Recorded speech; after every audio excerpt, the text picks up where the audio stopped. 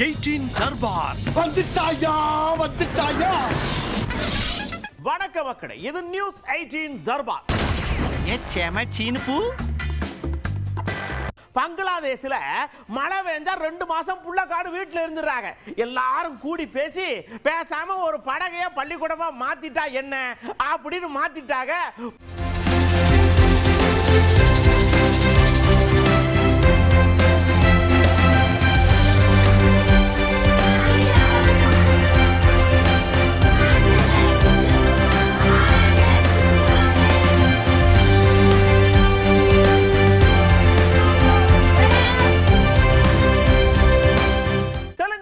ஒரு ஐயா என்கிட்ட 1 கொடுத்தா 2 வரும், 10 கொடுத்தா 20 வரும். இப்படியே ஆசையை காட்டி இந்த தீபாவளி சீட்டு மாதிரி சீட்டை போட்டிருப்பாரு போல் இருக்கு. மக்கள் எல்லாம் தீபாவளி சீட்டு முடிஞ்ச போச்சே, அது முதிர் வாய் போச்சு கொடுங்கன்னு கேட்டா நாளைக்கு வாங்கன்னு சொல்லிட்டு 10 கோடி ரூபாய் தூக்கிட்டு ஓடியா விட்டாரு. மக்கள் எல்லாம் பார்த்தாங்க. போலீஸ்ல எல்லாம் கம்ப்ளைண்ட் கொடுத்துட்டு சும்மா இருந்தா வேலைக்கு ஆகாது, கிடைச்சதை சுருட்டிட்டு கொளுத்தி விட்டு போவோம்னு வீட்டுக்குள்ள வந்து பண்ணி விட்டாங்க.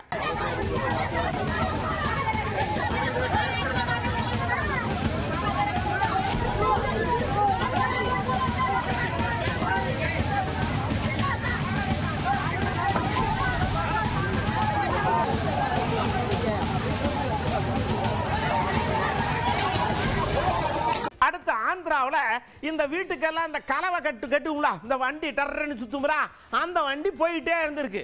ஒருத்தர் பைக்கில் சும்மா ஏகத்துக்கும் போய் அந்த வண்டிக்குள்ள உரண்டை இழுத்து அது அவரை நச்சக்கு புச்சக்குன்னு மிதிச்சு கடைசியில் பார்த்தா வண்டியை காணோம். இவர் அந்த பக்கம் எங்கிட்ட விழுந்திருக்கார். நல்ல வேலை உள்ள இருக்கிற கலவை கொட்டி அப்படியே ரோட்ல சிதுவனாம போனார். போங்க.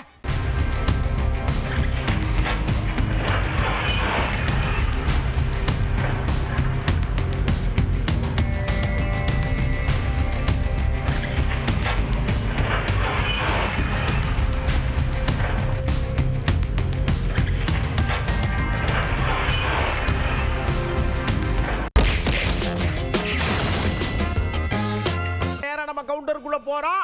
நம்ம அண்ணன் தான் ஒரு விஷயத்தை சொல்றார். ஐயா, எங்களுக்கும் விஜய்க்கு என்ன பிரச்சனை? ஒண்ணும் கிடையாது. வாக்கிய தகராறுங்கிற, வரப்பு தகராறுங்கிற, ஒண்ணும் கிடையாது. அவர் ஒரு அரசியல்வாதி, நான் ஒரு அரசியல்வாதி.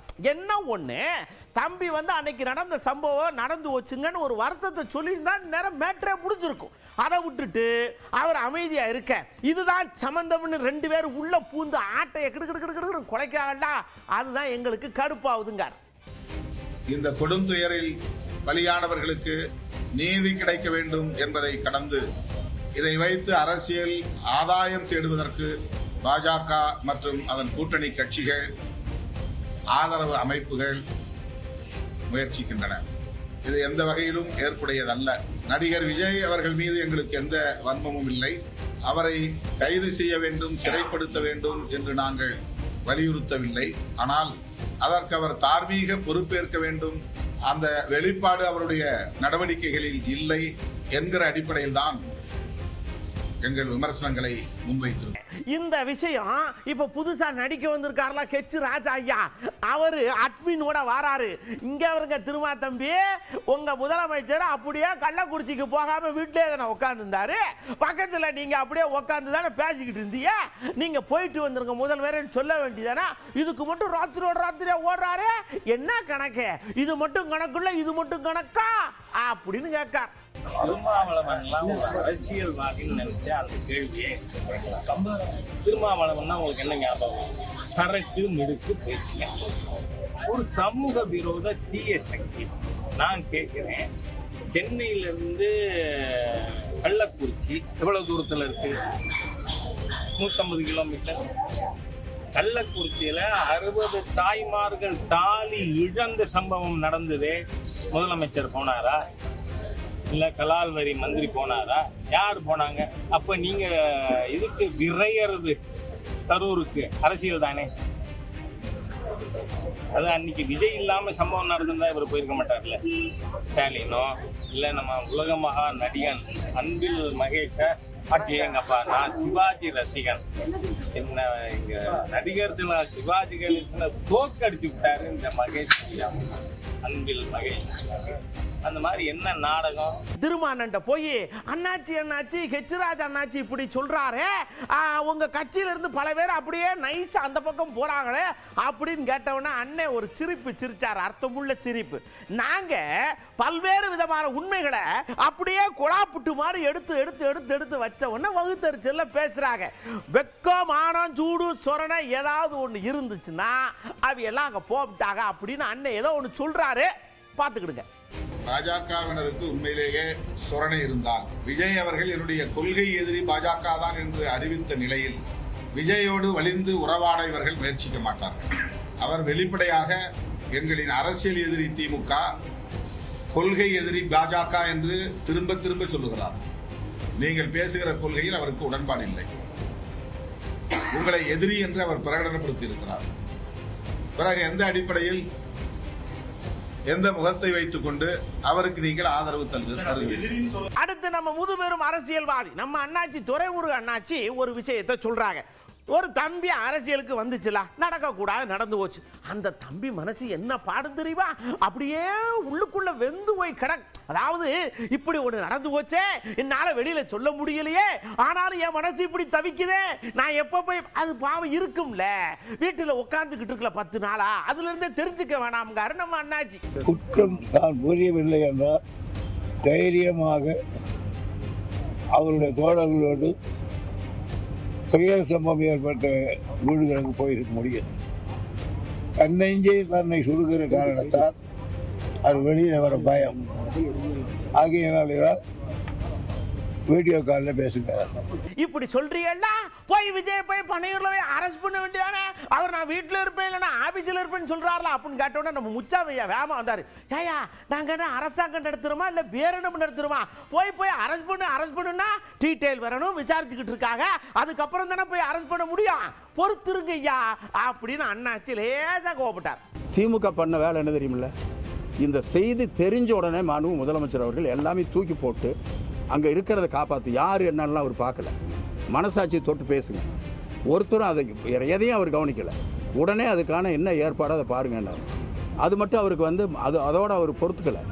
உடனே கோட்டைக்கு போனார், எல்லா அதிகாரிகளையும் கூப்பிட்டார், என்னென்ன செய்யணுங்கிறத அவர்களோட ஆலோசித்து உடனடியாக ஏற்பாடு செஞ்சார். அது மட்டும் இல்லை, அடுத்த நாள் காலையில் தான் அங்கே வர்றேன்னு சொன்னார். அன்றைக்கி நைட்டாக வந்தார். வந்து ஹாஸ்பிட்டலில் போய் பார்த்தார். டாக்டர்ஸ் எங்கெங்கே வரணும் அத்தனை பேர்த்தையும் மொபிலைஸ் பண்ணாங்க. கலெக்டர்ஸ் எங்கெங்கிருந்து வரணும், போலீஸ் எங்கெங்கிருந்து வரணும் அத்தனையும் மொபிலைஸ் பண்ணாங்க. பாதுகாப்பு கொடுக்கறது கூட மற்ற இடத்துல இருக்கிறத விட இங்கே அன்னைக்கு அதிகமான பாதுகாப்பு கொடுத்துருந்துருக்காங்க. அதை அவரே நன்றி சொல்லியிருக்காரு. இது பயப்படுறதுங்கிறது ஒன்றும் இல்லைங்க, ஒரு விசாரித்து சரியான நடவடிக்கை எடுக்கணுங்கிறது தான் நோக்கம். பயப்படுறதுங்கிறது ஒன்றுமே இல்லை. நான் தப்பு பண்ணாலும் நீங்கள் தப்பு பண்ணாலும் யார் பண்ணாலும் நடவடிக்கைங்கிறதுக்கு யாரும் பயப்பட மாட்டாங்க. நம்ம பொன் ராதாகிருஷ்ணன் ஐயா கன்னியாகுமரியிலேருந்து ஓடியாராருங்க சர்ன்னு. என்ன அப்படின்னு கேட்டா, திமுக எனக்கு விவரம் தெரிஞ்சு அவை அப்படியே தான் பண்ணிக்கிட்டே இருக்காங்க, அதனால தான் இந்திரா காந்தி அம்மா அவைய பொம்மை மாதிரி வச்சிருந்தாங்க, இப்போ அவங்க இல்லை இவங்க ஆடிக்கிட்டு இருக்காங்க அப்படின்னு சொல்றாருங்க. அன்னைக்கு அந்த தவறுகள் நடப்பதற்கு அடிப்படை காரணம் என்னை பொறுத்த வரைக்கும் இந்திரா காந்தி அம்மையாரை விடவும் கொடுமை செய்தவர், துரோகம் செய்தது இந்த திராவிட முன்னேற்ற கழகம். நம்ம ஊர்ல ஒரு பழமொழி சொல்லுவாங்க, இருப்பவர் சரியாக இருந்தால் நடப்பவை சரியாக நடக்கும் என்று. உங்களை பற்றி ஒரு கைக்கூலி கட்சி என்று சொல்லி தெரிந்த காரணத்தினாலே, உங்களை எப்படி வேணாலும் திசை திருப்ப முடியும் என்று சொல்லி காங்கிரசுக்கு தெரிந்த காரணத்தினாலே இந்திரா காந்தி அம்மையார் அவர்களை உங்களை வைத்து விளையாடினார்கள். நீங்க தான் முதல் துரோகி. இந்திரா காங்கிரஸ், கம்யூனிஸ்ட் எல்லாம் கலைச்சு விடுங்க. 3 கட்சி எங்களுக்கு கிடையாது, கூட்டணி வைக்க மாட்டோம். வரக்கூடிய 26 தேர்தலில் எங்களுக்கு கூட்டணி கிடையாது. வேற எந்த கட்சியோட வச்சுட்டு போங்க. தமிழகத்திற்கு துரோகம் செய்த சிபிஐயோட கூட்டணி கிடையாது, சிபிஎம்மோட கூட்டணி கிடையாது, காங்கிரஸோட கூட்டணி கிடையாது. சொல்லுங்க பாப்போம். இந்த விஷயத்துக்கு உடனே சரட்டுன்னு வந்தார் நம்ம பால்வளத்துறை அமைச்சர் மனோ தங்கராஜையா. ஆக எங்களை கைப்பொம்மையா வச்சிருந்தாங்க, நீங்க அதை பார்த்தியே. ஆமா, உங்களை பத்தி நான் சொல்லட்டுமா? ஏயா, ஒரு மனுஷன் அவர் வாட்டுக்கு தீர்ப்பை கொடுத்துக்கிட்டு நல்ல நாட்டுக்கு நல்லது பண்ணிக்கிட்டு இருக்கிற போய் செருப்ப கழட்டி எரிதியிட உங்க ஆளுகளை இதெல்லாம் என்னையா இப்ப பேசுறீங்க, நீங்க எங்களை பேசிக்கிட்டு இருக்கீங்க அப்படின்னு அங்க இருந்து சவுண்ட் விட்டார்ல, இங்க சரக்குன்னு கேக்கு. தம்பி, பிஜேபியினுடைய பயணம் ஒரு நாளும் தமிழனுடைய பயணமாக அமையாது. அது பிஜேபியினுடைய பயணம் என்பது வடநாட்டு பயணம் தான். நீங்கள் பார்த்துருப்பீங்க, இன்றைக்கு ஒரு ஜட்ஜுக்கு மேலே சனாதனம் வாழ்க என்று கூறி ஒருவர் ஒரு பொருள் எடுத்து எறியக்கூடிய அளவுக்கு நாட்டினுடைய நிலைமை போயிட்டுருக்கு. இந்த நேரத்தில் நான் மாண்புமிகு தலைமை நீதிபதிகளை மனமாற பாராட்டுகின்றேன். ஜனநாயக மத சார்பின்மை கொள்கையில் நான் உறுதியாக இருப்பேன், எந்த அச்சுறுத்தலுக்கும் பயப்பட மாட்டேன், இது தேவையில்லாத விஷயம்னு சொல்லியிருக்காங்க. எனவே இதுதான் நம்ம காப்பாற்றப்படணும். இன்றைக்கு மோடி அவர்கள் அதற்கு வருத்தம் தெரிவிச்சிருக்காங்க. என்ன வருத்தம் தெரிவிக்கணும்? அவங்க சித்தாந்தம், அவங்க கொள்கை தானே இப்படிப்பட்ட வெறுப்பை ஏற்படுத்துகிறது. உச்சநீதிமன்ற தலைமை நீதிபதி மேலேயே ஒரு வெறுப்பை ஒரு கொள்கையின் அடிப்படையில் ஒருவர் செய்திருக்கிறார் என்று சொன்னால், அந்த வெறுப்பையும் அந்த கொள்கையும் இந்த மண்ணில் வளர்ப்பதை நாம் எப்படி ஏற்றுக்கொள்ள முடியும்? அதில் பாஜக நடத்துகின்ற எந்த ஊர்வலமோ எதுவுமே அது தமிழர்களுக்கானதோ, தமிழர் நலன் காக்கக்கூடியதோ, அது ஒண்ணுமே இருக்கக்கூடிய வாய்ப்பே இல்லை. நம்ம அன்புமணி ஐயா மதுரைக்கு போனவர் அப்படியே மனசை மறுகிற மாதிரியே பிடிச்சிட்டு நிற்காரு. என்னையா விஷயம் அப்படின்னு கேட்டா, 2008 நான் தான் செங்கல் எடுத்து கொண்டு வந்து வச்சேன், இந்நேரம் மழை மழை மழை மழைன்னு அப்படியே 4 ஊசியை போட்டுடலான்னு பார்த்தா ஒண்ணுமே இல்லையே. இதுக்கெல்லாம் காரணம் யார் தெரியுமா? திமுக தான் அப்படின்ட்டார் படக்கு. நான் மத்திய சுகாதாரத்துறை அமைச்சராக பணியாற்றினேன். அப்பொழுது 2008 இதே மதுரை மண்ணிலே ஒரு அடிக்கல் நாட்டினேன். என்ன அடிக்கல் தெரியுமா? எய்ம்ஸ் மருத்துவமனைக்காக நான் அடிக்கல் நாட்டினேன். இந்த மண்ணிலே ஒரு அடிக்கல் நாட்டினேன், 200 ஏக்கர்ல. அன்னைக்கு அடிக்கல் ஒன்று நாட்டினேன். இதுதான் எய்ம்ஸ் மருத்துவமனை. அப்போ திமுக ஆட்சி, அமைச்சர்கள்லாம் வந்தாங்க. சென்னை மதுரை மேயர் அந்த அம்மா வந்தாங்க. அந்த நிகழ்ச்சியில் தேன்மொழி கலந்துக்கிட்டாங்க. அடிக்கல் நாட்டிய பிறகு அடுத்த ஆண்டு என்னுடைய பதவி விலகிட்டேன். அடுத்த 3 ஆண்டு காலம் திமுக ஆட்சியில் இருந்தார்கள். இந்த 3 ஆண்டு காலத்தில் இந்த திட்டத்தை அவர்கள் கொண்டு வரவில்லை. 3 ஆண்டு காலம் ஆட்சியில் இருந்தார்கள். அன்னைக்கு மட்டும் இந்த திட்டத்தை அவங்க கொண்டு வந்தாங்க.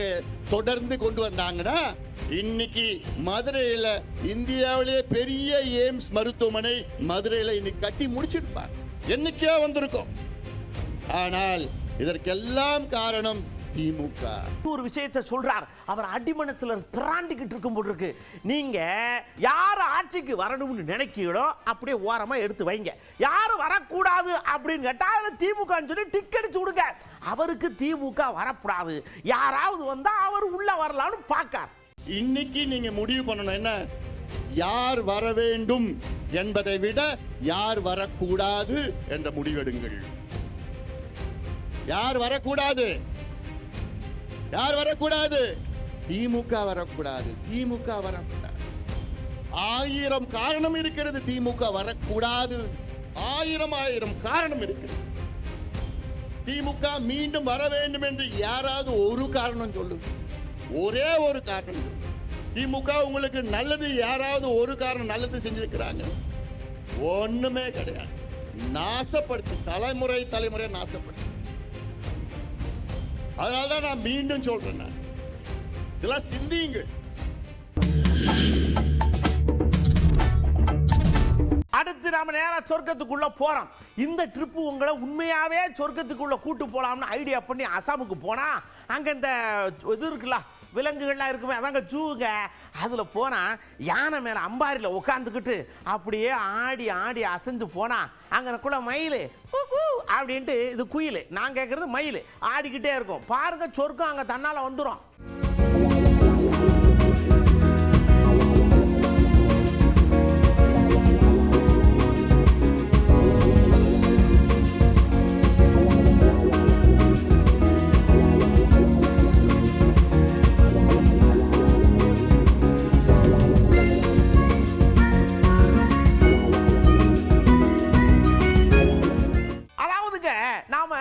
செய்யும் போது களைப்பு தெரியக்கூடாதுன்னு பாட்டு பாடணும். இது அந்த காலத்துல இருந்திருக்கு.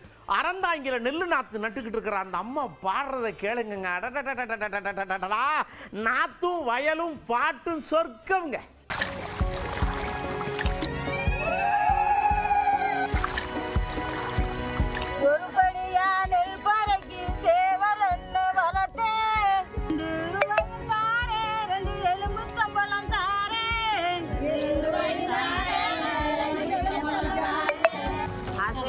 பாத்தி வச்சு நாத்து ஒன்று நட்டு வச்சவா பூவாயி. அடுத்து நாம நேரா உசாருக்குள்ள போறோம். ஏடிஎம் எல்லாம் இனிமே பத்திரமா இருக்க வேண்டியது காலத்தின் கட்டாயம். ஏன்னா அதுக்குள்ள தான் லட்சக்கணக்கில் வைக்கிறாங்க. நாம அங்கிருந்து வந்து ஆட்டையை போட்டுடலாம்னு ஒரு குறிப்பு அலையுதுங்க. அப்படித்தான் செய்யாருக்கு பக்கத்தில் ஒரு ஏடிஎம் அடிச்சு உடைச்சது 2 பேரை பிடிச்சிட்டு போயிட்டாங்க. ஏடிஎம் இனி எப்படி பாதுகாக்குங்கிறத பேங்க்கார கையில் தான் இருக்கு.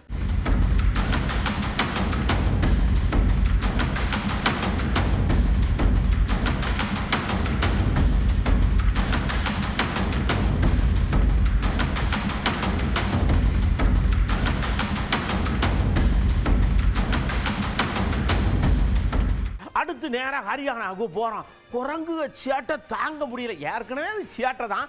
அதுலேயும் பாருங்க, அங்கே அந்த மாடிகளில் சரியாக கெட்டா முட்டுருப்பாங்க. ஒரு பாப்பா அங்கே நின்றதுக்கு ஒரு குரங்கு போய் லவக்கணும் கிடச்சி அந்த பிள்ளை கீழே விழுந்து பாவம் கோமாவில் போயிடுச்சு அந்த பாப்பா. பச்சை பிள்ளைங்க. ஆனால் அந்த குரங்கையும் சொல்லி குத்தம் இல்லை. ஆனாலும் நீங்கள் என்ன செய்யணும், குரங்கிட்டிருந்து பிள்ளையும் பாதுகாக்கணும். இந்த கைப்பிடியெல்லாம் கொஞ்சம் நல்லா கட்டி விடுங்களேன்.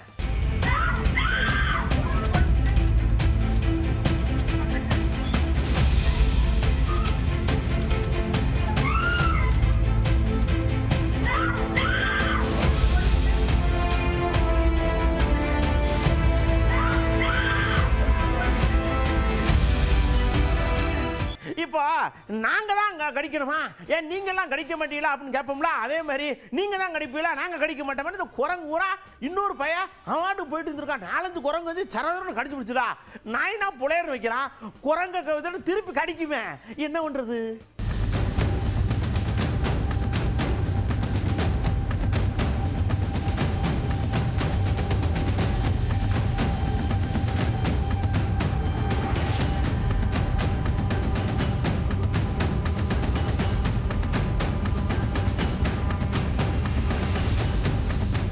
அப்படியே கோயம்புத்தூர்ல ஒரு யானை அட்டகாசம் பண்ணுது.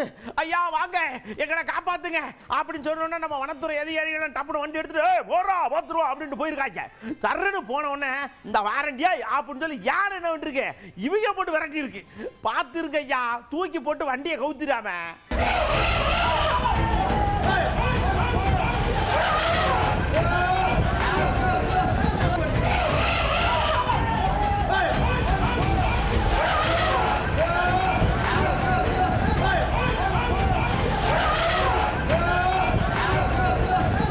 ஊட்டிக்கு போறவங்கலாம் பார்த்து பதனமா போங்க.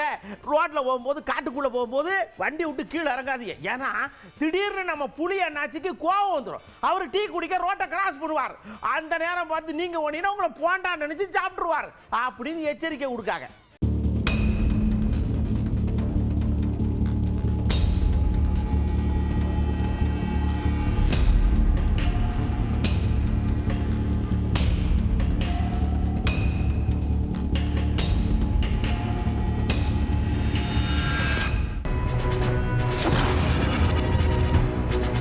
அப்படியே மக்கள் எல்லாம் கூப்பிட்டு இங்க வாங்க. 2 நாட்டுக்கடையில் ஏகப்பட்ட சண்டை இருக்கும், சச்சரவு இருக்கும், அங்காளி வங்காளி சண்டை இருக்கும். அதாவது பிரதமர் இருக்காங்க, அதிபருக்காக ஓத்து பேசிக்குவாங்க. அதெல்லாம் கசப்பெல்லாம் மறக்கத்தான் இந்த விளையாட்டை கண்டுபிடிச்சு ஒருத்தர் விளையாடுறது. ஆனா இந்த விளையாட்டுலையும் கையா கொடுக்க மாட்டேன், இது பண்ண மாட்டேன், விருதம் வாங்க மாட்டேன் போட அப்படின்னு சொல்றது என்ன அரசியல்? இதுக்குள்ள பூந்த அரசியலை நீங்க எப்படி பாக்கியன்னு கேட்டா 6 அடிச்சிருக்காங்க பதில்ல. கடைசி ஏசியன் கப்பு முடிஞ்சுங்க. அதில் வந்துட்டு எப்படி இந்தியா போராடி ஜெயிச்சிட்டாங்க. ஜெயிச்சு முடிச்சதுக்கப்புறம் என்னென்னு கேட்டிங்கன்னா, இந்த கை கொடுக்க வந்தப்போ அதை புறக்கணிச்சிட்டு வந்தது பார்த்தீங்கன்னா அது ஒரு விஷயமா பேசப்படுறாங்க. இந்தியா பாகிஸ்தான் போருங்கிறது வேற, மேட்சுங்கிறது வேற. மேட்சுங்கிறது வந்துட்டு நம்ம டீமுக்காக, நம்ம இதுக்காக வந்துட்டு ஆடுறது. 2 பேருமே வந்துட்டு கொஞ்சம் சந்தோஷமா மேட்ச்னா மட்டும் பார்த்துட்டு விளையாண்டா கொஞ்சம் சந்தோஷமா இருக்கும்னு நான் வந்துட்டு இது பண்ணேன். ஸ்போர்ட்ஸ் வந்து எப்பவுமே ஒரு டிசிப்ளினை கற்றுக் கொடுக்கக்கூடிய ஒரு இடம். அது மாதிரியான ஒரு ஒழுக்கத்தை கற்பிக்கக்கூடிய இடம் எங்கேயுமே இல்லை. அந்த ஒழுக்கத்தை அந்த இந்த போட்டியில் நடந்திருக்கக்கூடிய அரசியல் வந்து குலைச்சிருக்குது. விளையாட்டை தான் பார்க்க முடியும். இப்போ ஒரு ஸ்டேட்டுக்கு இன்னொரு ஸ்டேட்டுக்குள்ள நம்மளால வந்து பிளேயர் அனுப்புறாருன்னு வச்சுக்கோங்க. ஸோ கை கோக்குறதுங்கிறது ரொம்ப சாதாரண விஷயம். பிளேயர்னா பிளேயர், அவ்வளோதான், கை கொடுத்துட்டு போயிருங்க அவ்வளோ. அந்த மேட்ச்க்கே நம்ம போகாமல் இருந்திருக்கலாம். இப்போ போனதுக்கப்புறம் கை குலுக்கல அது இது இந்த மாதிரி விஷயங்கள்லாம் வர்றது வந்து நம்மளுக்கு ஏற்புடைய கருத்து மாதிரி எனக்கு நம்மளுக்கு தெரியல. நிர்பந்தத்தின் பேரில் தான் நினைச்சாங்க வீரர்கள்லாம் வந்து கை கொடுக்காம போகிறாங்க. விளையாட்டில் வந்து எந்த காலத்துலையும் அரசியல் கலக்கூடாது. ஒரு சினிமா ரேஸ்ல வரும்பொழுது என்ன சொல்கிறோம் அப்படின்னா, சினிமாவை பாருங்க அப்படின்ற மாதிரி பேசுகிறோம். அதே போல் விளையாட்டு வந்து விளையாட்டாக தான் பார்க்கணுமே தவிர்த்து அதில் வந்து ஒரு அரசியல் உள்ளிட்டு வந்து இருக்கக்கூடாதுங்கிறது வந்து என்னுடைய தனிப்பட்ட கருத்து. நம்மளுடைய குறிக்கோள் அவனை ஜெயிக்கிறது தான். அவன்கிட்ட வந்து கப்பு வாங்குறதும் அவன்கிட்ட கை கொடுக்கறதும் இல்லை. விளையாட்டை வந்து விளையாட்டாக தான் பார்க்கணும், அரசியலாக்க கூடாது. அது வந்து தவறு. ஆக்சுவலாக என்ன பண்ணியிருக்கோம்னா 2 பேரும் கை குலுக்கிட்டு நட்போட வெளியே வந்திருந்தா மேட்ச் நல்லா டீசெண்டான மேட்ச். ஜென்டில்மேன் கிரிக்கெட்டுன்னு பேருக்கு அர்த்தமாக இருக்கும். ஸ்போர்ட்ஸ்ன்னு வரும்போது வந்து ஆப்னண்ட்டாக இருக்குன்னா வந்து அந்த ஒரு ரெஸ்பெக்ட் ஒன்று கொடுக்கணும். இந்தியாவோட வந்து பாகிஸ்தான் வந்து விளையாடாமல் இருந்திருக்கலாம். விளையாட்டுங்கிறது நம்ம எல்லா மக்களும் எல்லாம் சேர்ந்து பார்க்குறது. ஜெயிச்சது ஒரு சந்தோஷமா இருந்தாலும் இந்த விஷயம் வந்து எனக்கு ஒரு மன வருத்தத்தை கொடுக்குது. இந்த மாதிரி ஒரு நாடுகளுக்கிடையே விளையாடும் போது கை குலுக்காமல் செல்வது என்பது உண்மையாலுமே மிகவும் வருந்தத்தக்க ஒரு நிகழ்வு. விளையாட்டுகளில் இதை மாதிரி அரசியல் ஈடுபடாமல் இருப்பது நல்லது. இந்த லைட்டிங் எஃபெக்ட்ல அழகை காட்டுறதுனா அவங்கள மிஞ்ச ஆற முடியாது.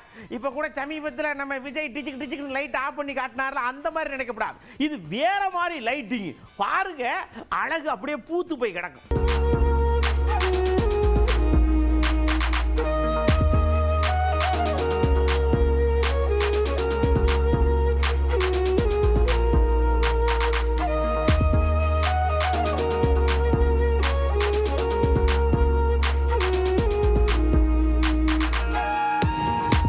பாரிஸ்காரங்க கூப்பிட்டாங்க, சைனாக்காரன் நின்று கூப்பிடுறா, வா இந்த பக்கம் வா, நான் அங்கே வார் எப்படி ட்ரெஸ்ஸை தச்சு அப்படியே போட்டு விட்டு சினுக்குச்சிக்கா நடந்துக்கிட்டு இருக்கேன். என்னையா இதை பார்க்காம போய் லைட்டை போய் பார்த்துக்கிட்டு இருக்கேன் பாரியா அப்படின்னு ஆகண்டா.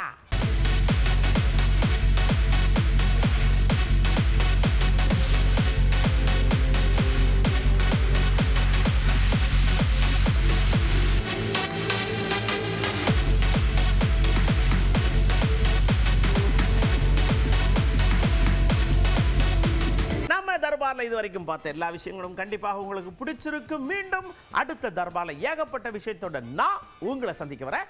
அதுவரை உங்களிடமிருந்து அன்போடு விடைபெற்றுக் கொள்வது உங்கள் அன்பு நண்பன் எழில். வணக்கம் மக்களே. 18 தர்பார் வந்துட்டாயா